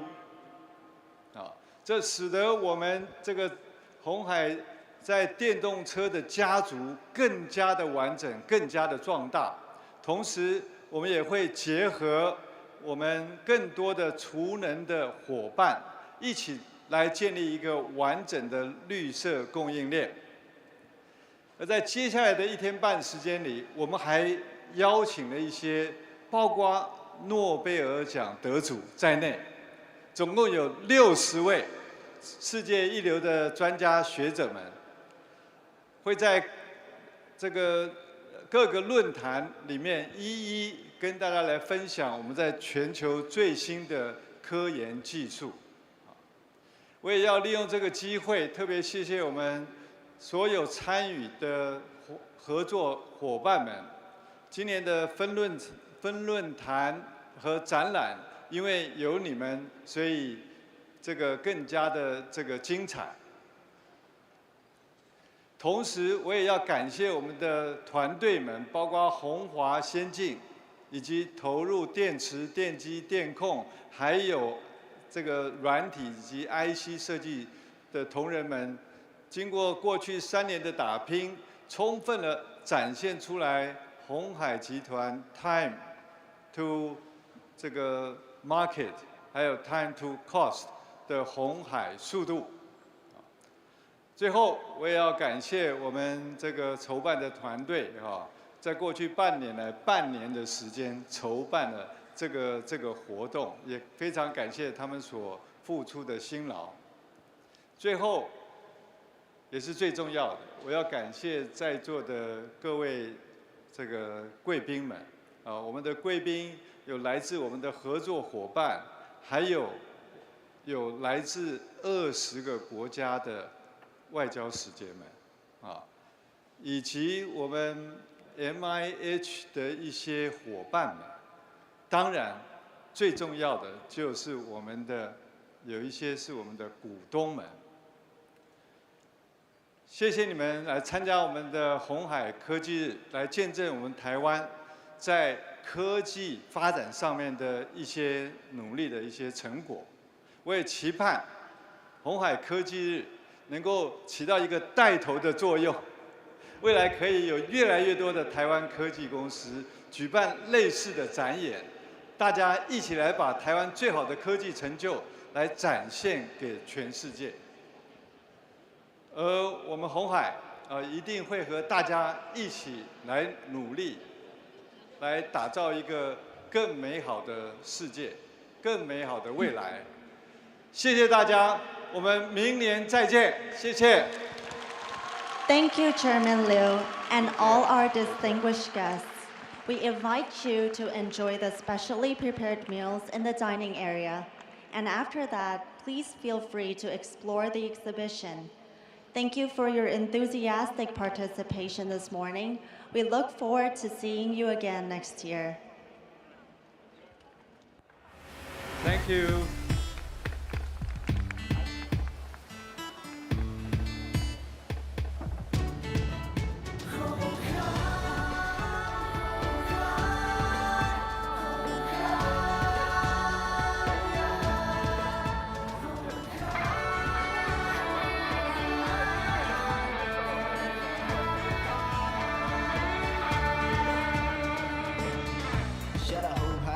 胸，让我不再需要低着头。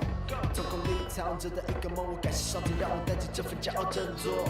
Been a long time， 还不弄不通。Been a long time， 不知怎么做。每个阻碍让我更加懂当咬紧牙关，没有什么事是真的撑不过。